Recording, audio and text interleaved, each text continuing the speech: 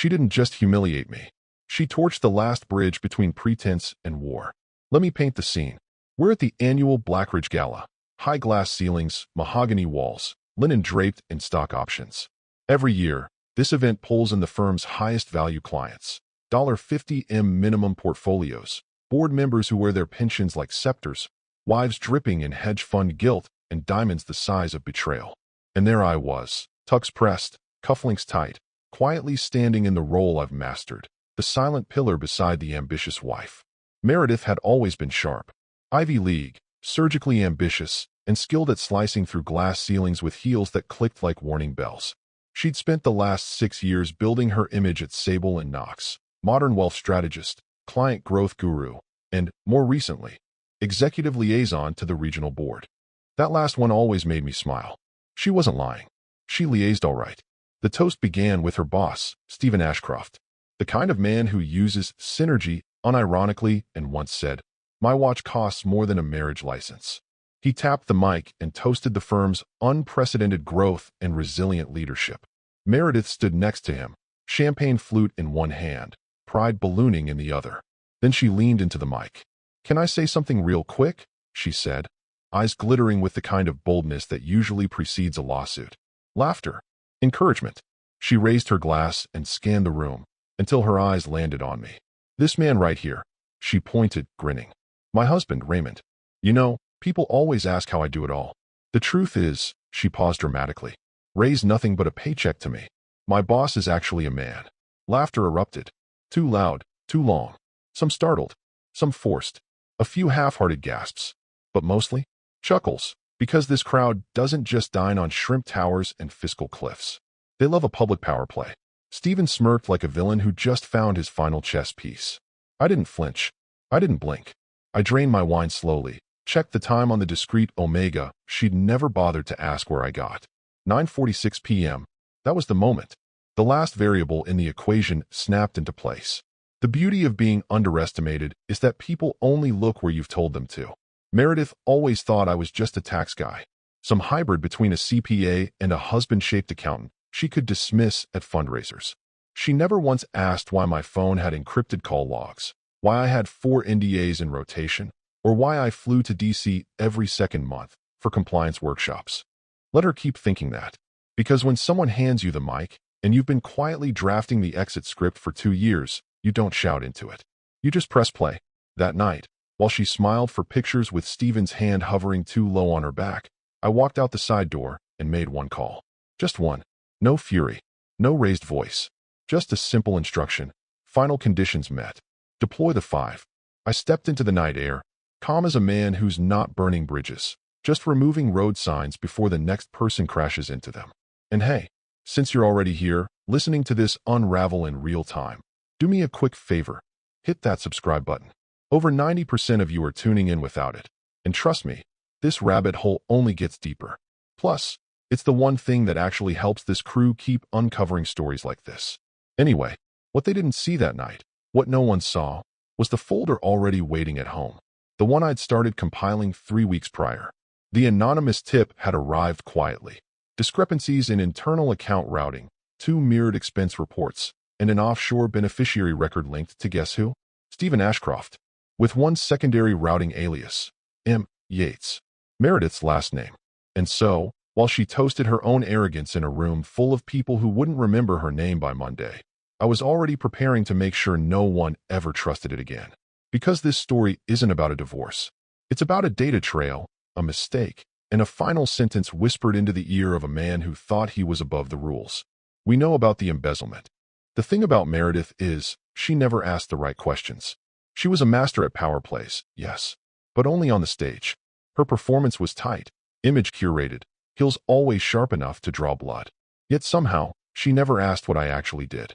Not once in 12 years of marriage did she look past the neat rows of financial reports I brought home.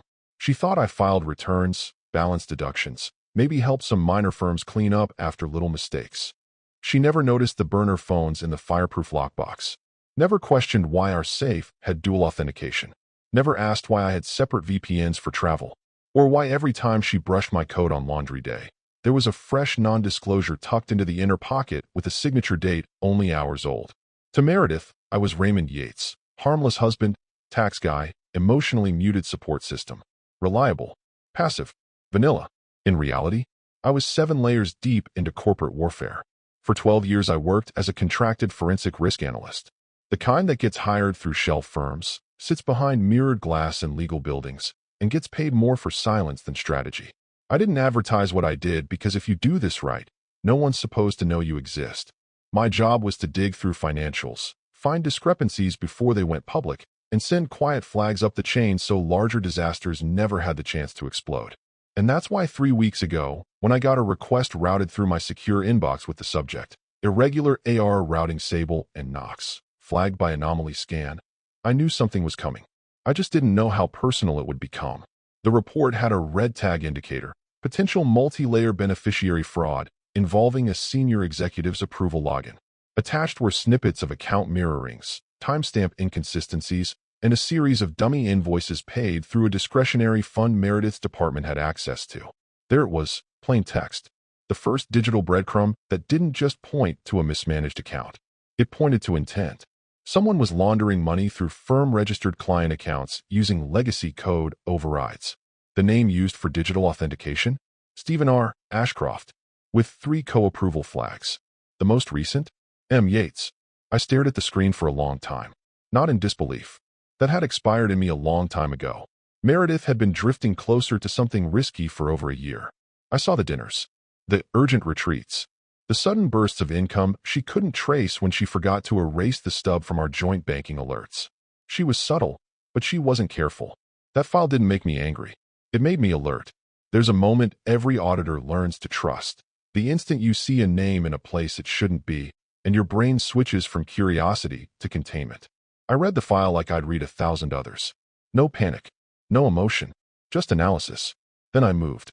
I created a new record in my offline drive. SK_Yates_audit 432. Backed it up twice. Encrypted it. Then I began pulling everything. Archived bank stubs. Legacy compliance override policies. IRS 1099K flow records. I used a forensic analysis tool built into my audit rig, one that auto-compares metadata timestamps with back-end route logic. And when I ran a trace on beneficiary entity C, guess what showed up? A luxury real estate holding corporation in Delaware, purchased 2 months ago.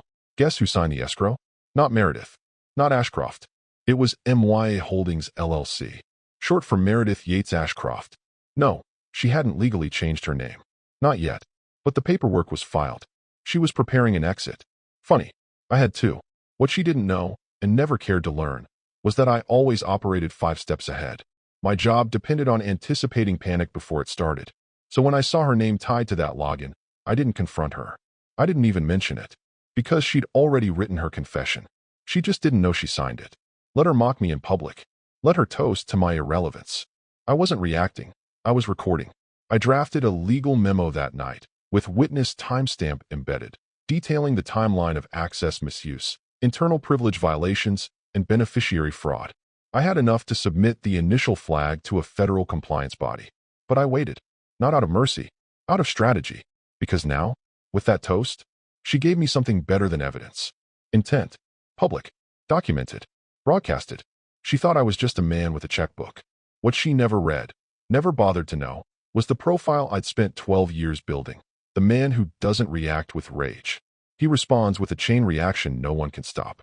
There's something sacred about routine, especially when you know it's about to die. I left the gala without a scene. No dramatic confrontation, no shattered glasses or pointed fingers. I even smiled on the way out, nodded to one of the junior partners as if I were heading to the valet. He smiled back, oblivious. No one sees a storm when it wears a tux. My drive home was quiet. No music, just the hum of tires on pavement and the ticking of a dashboard clock moving toward a very specific hour, 11 p.m. That was the cutoff. Every audit protocol I'd ever followed had a standard rule: act before midnight, or the next day's logs overwrite the passive access records. I wasn't about to lose the cleanest trail I'd ever seen.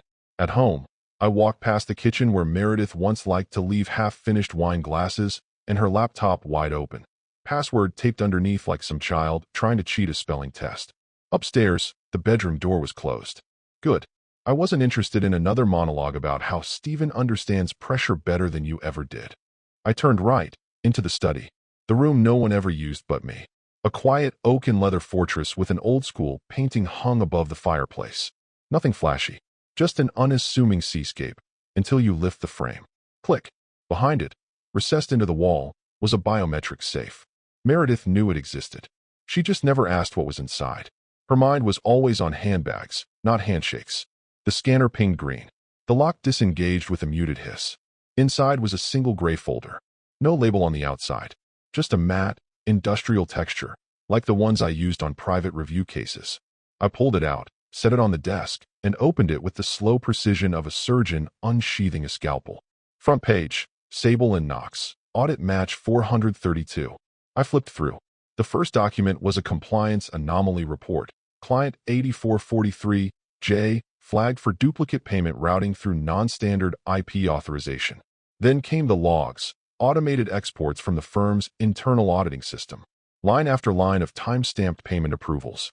Two in particular stood out, processed within seconds of each other, both using identical authorization tokens, but routed to two separate beneficiary accounts. I cross-referenced the IP logs with the location metadata. Ashcroft's office. Twice. 6 weeks apart. Both between 10 p.m. and 11 p.m. Both on nights when Meredith was working late. I ran the funnel routing. Followed the chain of beneficiary shell corporations, skipping through tax havens like Panama and Luxembourg until they circled right back into a Delaware-registered LLC, MY Holdings. The signature on the escrow agreement? M. Yates. That was the moment I felt it. Not anger, not betrayal. Precision. The sort of cold certainty that comes only when the math checks out. Meredith's fingerprints were all over a fraud scheme that had laundered over $3.4 million through legacy client accounts. And yet, the most damning piece wasn't in the numbers. It was in a photo, low-res, time-stamped from a security camera in the firm's weekend retreat house. Meredith sitting on a balcony, laptop open, glass of wine in hand. Ashcroft standing behind her, his ID badge visible on the table. And the screen? His login session. I printed it, slid it into the folder. This wasn't circumstantial anymore. This was conspiracy. I placed the folder in my briefcase, the black one with a hidden lock beneath the lining, and walked to the kitchen. Poured a glass of water. Looked at the digital clock on the microwave. 11:17 p.m. Time. I sat down at the island, pulled out my secure device, and typed a message to one of my off-book legal contacts. The kind who doesn't show up on payroll and only answers after 3 rings. Ready to submit. Confirm legal shield. 2 minutes later. Shield confirmed. Packet be prepared. You're under privilege. Perfect. I moved the digital copies to the encrypted drive, sealed the physical folder back in the briefcase, and returned the safe to its empty state. From the outside, nothing looked changed. But now, everything was. The embezzlement trail wasn't just mapped. It was indexed, time-stamped, and legally firewalled. I had jurisdiction triggers activated across 3 regions. If they tried to destroy evidence now, it would activate mandatory disclosures. They didn't know it yet, but their choices were already gone. Meredith thought I'd leave quietly. She forgot who designed the exits. The kind of war I wage doesn't start with shouting. It begins with silence. By 7:40 a.m., I was sitting in a private boardroom above a parking garage downtown. No signage, no receptionist, just a nondescript elevator that required a 6-digit code. Most people in that building didn't know the 5th floor existed, which is precisely why I booked it. Across from me sat 3 attorneys. No one wore suits. One wore a faded hoodie that said, "I bill by the hour, not by the mood." Another was barefoot, sipping a protein shake. But their credentials? Flawless. These weren't public-facing trial lawyers. These were compliance tacticians, sharpened in SEC fire and fluent in IRS subclauses that made Fortune 500s cry. "Morning, Ray," said the eldest, Thomas Wynn. 60-something, gray ponytail, and a reputation for turning whistleblower cases into corporate autopsies. I slid the folder across the table. Match 432. Confirm routing overlays. I've cross-referenced them with shell registration timestamps and IP access logs. They opened it and flipped through. No surprise in their eyes, just focus. "Ah," Wynn murmured. "She used her actual last name in one of the routing authorizations?" "Arrogance makes people lazy," I replied, "especially when they think everyone else is asleep." He kept reading, paused halfway through a page showing a beneficiary account in Luxembourg, Linked back to Ashcroft through an intermediation firm. You've been sitting on this how long? 3 weeks. Activated after a specific trigger. Last night, 9:46 p.m. He nodded slowly, then turned to the younger associate. Start the jurisdiction sweep. Delaware, Luxembourg, local counsel in Maryland. Use Packet B. Set up firewall notification protocols. The woman nodded and opened her laptop. Within seconds, the digital dominoes began to tip, quietly. That's how these things work. You don't crash through the door. You build a pressure system so complex, so interconnected, that by the time they realize it's active, it's already too late to disarm. Wynn looked at me over the rim of his glasses. Does she know what she triggered? I didn't even blink. She'll know when it's no longer about her. Because that's the part she never understood. Meredith thought this was marital. Emotional. Some telenovela betrayal with passive-aggressive dinners and one-sided therapy. She didn't understand that what she did, the signatures, the approvals, the silence, wasn't just cheating. It was criminal exposure. She had looped herself into a financial scheme that spanned state lines and involved millions in undeclared revenue. And in the eyes of the feds, feelings don't matter. Only evidence. I stood to leave. Wynn raised one eyebrow. You sure you're ready to detonate this? I adjusted my coat. It's not a detonation. It's a controlled demolition. The structure's already cracked. I'm just letting gravity do its thing. Meanwhile, Meredith was eating breakfast in the firm's open-plan kitchen, laughing with her work family. She had a talent for performance, making even betrayal look bubbly. She giggled about the gala toast like it was the funniest thing she'd ever said. I mean, Ray won't even fight back. He's probably still brooding over the bill, she said, stabbing her avocado toast with the confidence of someone who thought consequences were for poor people. Ashcroft, standing beside her with a protein bar and a swollen ego, added, some people just don't understand how power works. You have it or you don't. They were right about one thing. I wouldn't fight, because fighting implies an equal arena. Gloves. Rules. A referee. This wasn't a fight. This was a forensic evisceration. Every joke she made in that office was like watching a condemned building laugh at the tremor beneath its feet. She couldn't see the shift, but it was already in motion. The calls were being logged. The account access alerts were pinging federal monitors. The compliance violation triggers, once passive, had now entered active review status. They wouldn't feel it yet. Not for another 24 hours. But it was coming. And by the time they realized the walls were moving, there wouldn't be any exits left. They say arrogance isn't just blindness. It's a choice to stare directly into the sun and call it a spotlight. 10:12 p.m. The firm's intranet server logs recorded a flag. A junior partner, Samir Patel, sharp kid, 3 years out of law school and still idealistic enough to care about protocol, was combing through old audit folders when he noticed something strange. Not a single smoking gun, not yet. Just a shadow. A handful of archived transactions from 2019 that were quietly reopened, reviewed, and left untouched. No change logs. No notes. No audit trail edits. That shouldn't have been possible. He ran a query through the internal flag system and saw it. 5 separate files, all linked to discretionary fund routing under Stephen Ashcroft's approval chain. What made it weirder? 3 of those files hadn't been accessed in over 2 years, until today. So Samir did what any terrified junior associate with half a conscience would do. He sent an encrypted alert to Stephen's secure inbox with a subject line that simply read, Access alert, 3Y archive logs, unscheduled. Stephen didn't even read the full thing. He saw the first paragraph, groaned, and rolled his eyes. He was half drunk in his office, nursing his second glass of scotch and watching an online video about executive posture language. Classic. Meredith was sitting on the couch in the corner, heels off, scrolling her phone with one hand and a chilled glass of Sauvignon in the other. Stephen read the line. Unusual routing metadata linked to 2019 discretionary expense files. He laughed. Jesus. It's probably just compliance running a system ping. IT's been jittery all week, he muttered. Meredith looked up. Is that something you should check? Stephen waved her off like someone swatting at a mosquito. Sweetheart, this place leaks red flags like it's a badge of honor. We've buried bigger things than that. Trust me, Raymond's not clever enough to stir anything. Meredith grinned. He barely said a word last night. I think I hit a nerve. Stephen didn't know it, but he wasn't drinking scotch. He was drinking the last ounces of plausible deniability. And Meredith? She was floating through delusion like it was her native language. At 10:37 p.m., she texted me.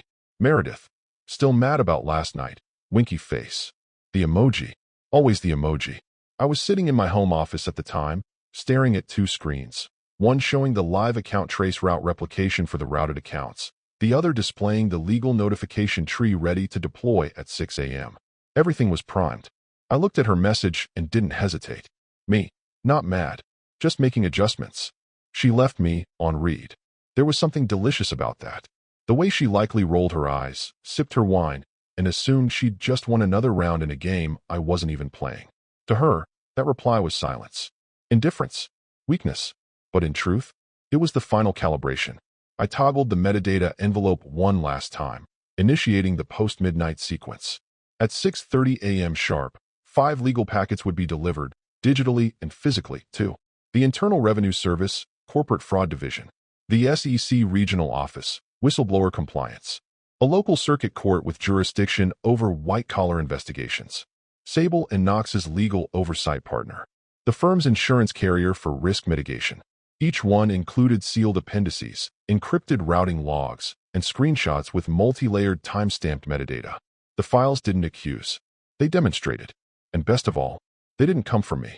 They came from a neutral third party, one of my audit contractors, a firm specializing in financial forensics, hired for routine analysis. The paper trail never led to Raymond Yates. It led to the truth. Meanwhile, Meredith lounged in silk pajamas at her boss's condo, thinking I was at home sulking, nursing my bruised ego. She had no idea I'd spent the last 3 hours locking her future in a sequence of protocols that couldn't be stopped, revoked, or negotiated. She thought the battle was over. She didn't realize the countdown had already begun, and by morning, the blast radius would speak for itself. The kettle clicked off at exactly 6:29 a.m.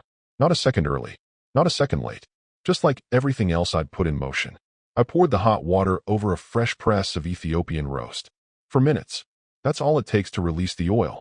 Just like pressure. Just like leverage. You don't boil it, you let it steep. On the kitchen island, my laptop waited. The screen glowed soft blue in the pre-dawn light. No music. No distractions. Just the email window open, cursor blinking in the subject line I'd written 2 nights ago and left unsent. 2. Redacted oversight contact. Subject, known conflict of interest, embezzlement indicators enclosed. Attachment, audit_match 432_affidavit chain_seal.pdf. I reviewed it one last time. 12 pages. Chronological. Impartial tone. Legally witnessed. Digitally notarized. No opinions. Just data. It detailed the following. Documented access to privileged funds by a VP with no client-facing role. 2 overlapping logins on an executive device, used outside standard hours. Funds routed through shell beneficiaries with hidden ties to company officers. A time-stamped metadata chain proving account tampering on behalf of the VP. And finally, an attachment titled, Photo 433, Retreat Device Access Evidence. Meredith, on the balcony, laptop open, smiling. Behind her, Ashcroft, his badge visible, his hand on the back of her chair. Sometimes, the most damning evidence isn't forged documents or wire transfers. It's body language. I clicked send. 6:30 a.m. The trigger wasn't dramatic. No alarm bells. No explosions. Just a quiet whoosh as the email left my outbox and entered a legal universe where delays didn't exist, only consequences. I walked to the window and watched the sunrise kiss the top of our neighbor's porch swing. Peaceful. Predictable. Unaware of what was unfolding behind office walls and encrypted servers across state lines. Then I picked up my phone. Me contact L. Deployment confirmed. 5 will arrive. Use envelope A. 3 dots. Then, understood. All channels primed. I put the phone down and sipped my coffee. In the background, I heard Meredith's voice drift down from the bedroom. She was on speaker with one of her assistants, laughing about something. Probably the new client she'd wined and dined into a queue for commitment. And I told him, honey, we are the portfolio, she said, giggling. Raymond's probably still in bed with his spreadsheets. She had no idea I was listening. She had no idea the bed was made. She had no idea I wasn't part of the next chapter. At 6:44 a.m., she walked into the kitchen wearing a pale blue silk blouse and a pencil skirt too polished for someone who claimed her firm was casual Fridays all week now. She didn't even look at me, just breezed past, grabbed her travel mug, and chirped, off to save the economy. You need anything from the market? I smiled faintly. No, I've got everything I need. She didn't catch it. She was already halfway to her car, typing something flirty into her phone, probably Ashcroft. Probably another inside joke at my expense. And I returned to my seat, refreshed the browser, and watched as the recipient confirmed open status on the email. Green checkmark. Then another. Regulatory compliance. Federal Fraud Division. Internal Affairs. Third-Party Insurance Council. SEC. All 5. Received. Engaged. At 7:02 a.m., my contractor's system logged the handoff trigger as active. By 8 a.m., 5 attorneys would walk into 5 different offices across 2 cities. They wouldn't shout. They wouldn't threaten. They would present. And Ashcroft. He'd recognize the documents immediately. He'd see the forensic data and know what it meant. The kind of report that doesn't ask if you're guilty. It tells you how long you have left before the options evaporate. At 7:05 a.m., I finished my coffee. Calm. Steady. Unmoved. Meredith still had 45 minutes left of peace. The last 45 she'd ever spent thinking she'd won. 9 a.m. sharp. No one expects the storm to wear loafers and carry leather folders. The reception area of Sable and Knox buzzed with the usual mid-morning churn. Interns running coffee, VPs pacing while half-shouting into Bluetooth headsets, and the scent of expensive toner giving everything that sterile, artificial calm. Until the elevator dinged. 5 of them stepped out. They didn't look like government. No badges flashed. No stern expressions. Just 5 professionally dressed individuals who walked with such unified intent that people instinctively moved aside. The receptionist, Jessica, early 20s, too new to smell blood, stood and stammered, "Can I help you?" One of the attorneys, the shortest among them, reached into his briefcase and placed a thick envelope onto the counter with an audible thud. Then, with absolute clarity, "We have an executed court order and federally certified subpoena for immediate presentation. Where's Meredith Yates?" Jessica blinked. She's in a client review with Mr. Ashcroft." The attorney didn't wait. He simply turned and walked past the security gates, the others flanking him like chess pieces already in motion. The building's VP of facilities noticed and hustled behind them, asking, "Excuse me, do you have authorization?" The tall woman near the back turned, held up a separate sheet with a seal. "Signed this morning. U.S. District Court. Enforcement authorization granted. Step aside, or you become obstruction." He stepped aside. Upstairs, Meredith was mid-pitch in conference room B, her voice loud and confident, walking a nervous investor couple through dynamic options layering in estate portfolios. Ashcroft sat at the head of the table, nodding occasionally, sipping his matcha like he hadn't laundered 7 figures through client accounts. The double doors opened. The 5 attorneys entered without asking. The investor couple went pale. Meredith froze mid-sentence. Ashcroft stood, indignant. "This is a private client meeting." The lead attorney placed a thick folder on the table with surgical precision. On the cover, "Encrypted Evidence Submission, Embezzlement Report 432C." Beneath it, "Cross-linked beneficiary payments, Sable and Knox client, fraud violation." Ashcroft reached for the folder like it might bite. He opened it, saw the first page, stopped. His eyes scanned the words slowly. Metadata timestamps, IP access logs, account routing schemes. His name, Meredith's initials, dates, amounts, photographic evidence. He didn't speak. His face turned to ash. "Mr. Ashcroft," said the lawyer quietly, "you are named in a federal compliance fraud report involving embezzlement through client assets and misrepresented beneficiary entities." Meredith stammered. "What is this? What is happening?" Another attorney handed her a sealed envelope. Her hands shook as she opened it.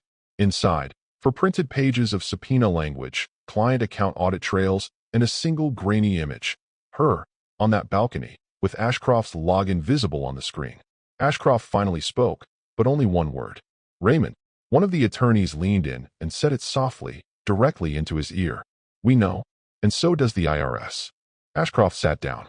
No defense, no rage. Just the sudden vacuum of power being sucked from the room like an airlock opening in space. The client stood and left without a word. Meredith followed them with her eyes, dumbfounded. She turned back to the lawyers. This can't be real. You can't just barge in and..." The attorney nodded toward the wall. "Security footage already reviewed. Your login tokens match the flagged entries. Beneficiary payments were funneled through an entity registered under MYA Holdings. Escrow signature, M. Yates." "But I didn't." She tried to laugh, desperate. That's just a name. It could be anyone. The second envelope landed in front of her. Inside, a bank statement with her signature, verified by digital timestamp and IP login, sent from their home network. Silence. Outside the glass walls of the conference room, staff had started to gather. Not because anyone made a scene, but because of how quiet it had become inside. And when silence happens at Sable and Knox, people notice. Ashcroft put his head in his hands. Meredith didn't move. The lawyers simply stood, waiting, not pressing, not negotiating, because the wave had already hit. And now, they were just watching what floated and what drowned. The walls weren't padded, but they may as well have been. Sable and Knox had 3 internal legal rooms, soundproofed, frosted glass, just far enough from the executive suite to be isolating. Interrogation rooms in everything but name. Meredith sat in the second one. Alone. No watch. No phone. Just the slow click of the HVAC vent and the tap of her nails against the cheap conference table as she waited for someone, anyone, to tell her what the hell was happening. Across the hall, Ashcroft sat in a nearly identical room, holding a glass of water he hadn't touched. The attorneys didn't split them out of courtesy. They did it because panic spreads faster in isolation. First, they hit Ashcroft. 2 attorneys entered, calm, clipped, expressionless. One of them carried a leather portfolio. Ashcroft stood and tried to summon his usual alpha posture. "I want my legal team." "You're free to call them," said the older lawyer. "Though I suspect they've already received the duplicate packet from our insurance division. We send it with time-stamped evidence and a pre-brief of liability. We expect they'll advise immediate cooperation." Ashcroft froze. He knew what that meant.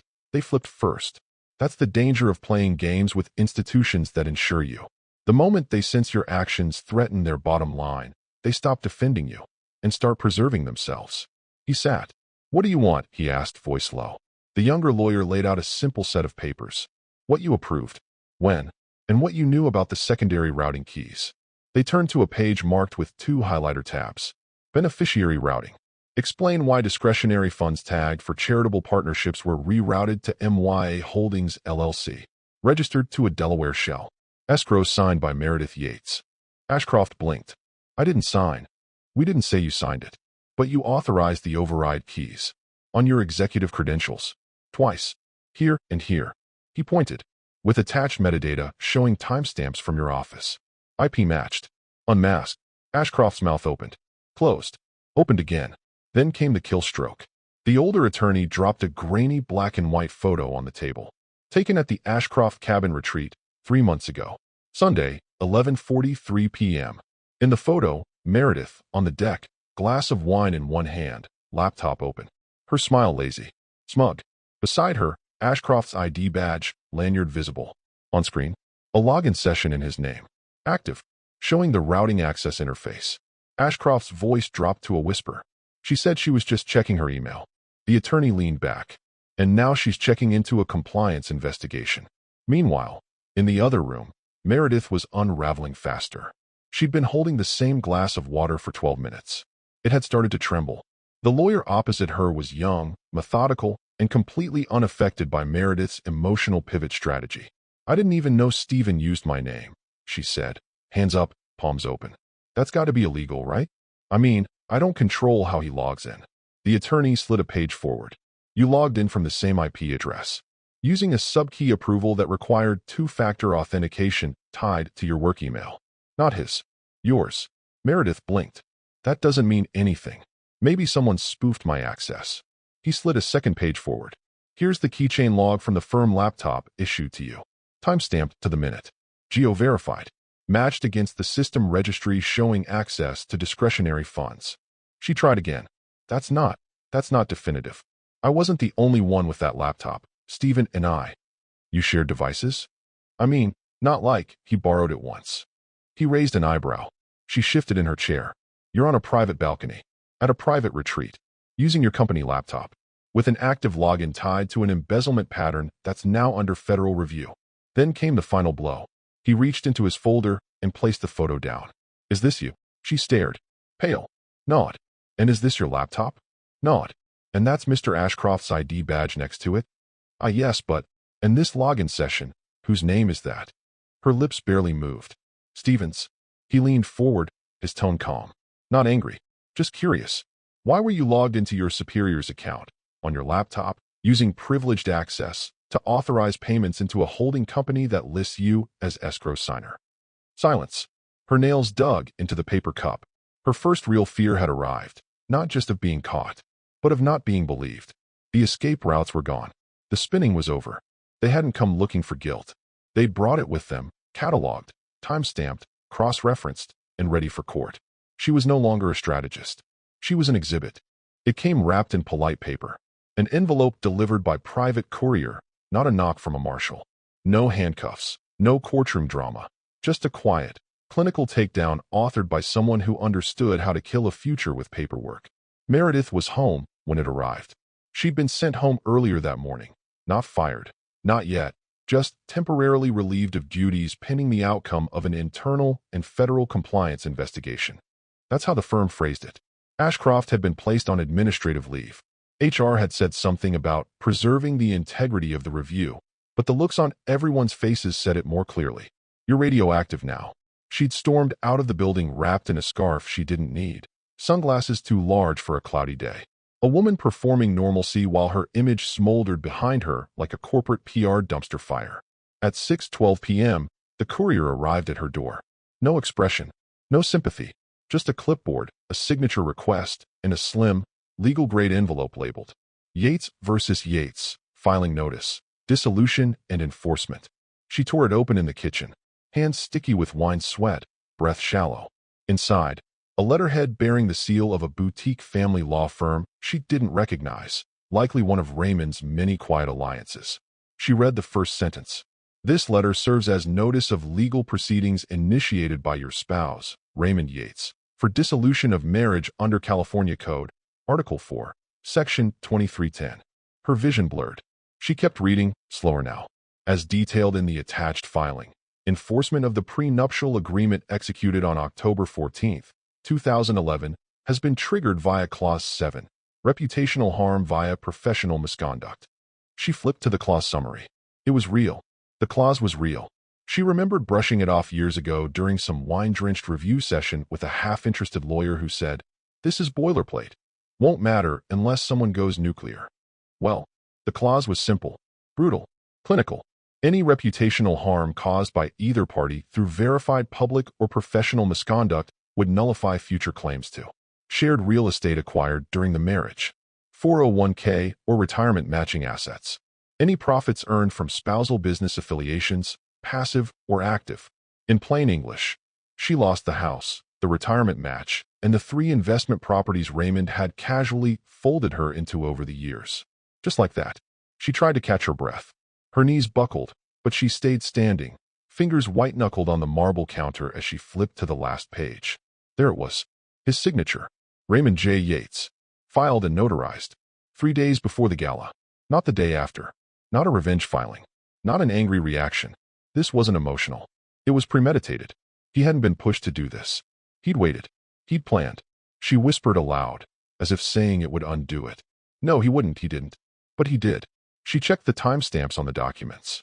He'd filed everything before she ever made the joke. Before the gala. Before she held that mic like a dagger and carved his name into a punchline. It wasn't the insult that triggered him. It was just the final box he needed checked. She sat on the floor, envelope clutched to her chest like it could warm her. Her phone buzzed beside her. A message from an unknown number. Likely press. Or maybe a friend pretending not to enjoy the spectacle. Or maybe Ashcroft, spiraling toward some legal purgatory of his own. She didn't answer.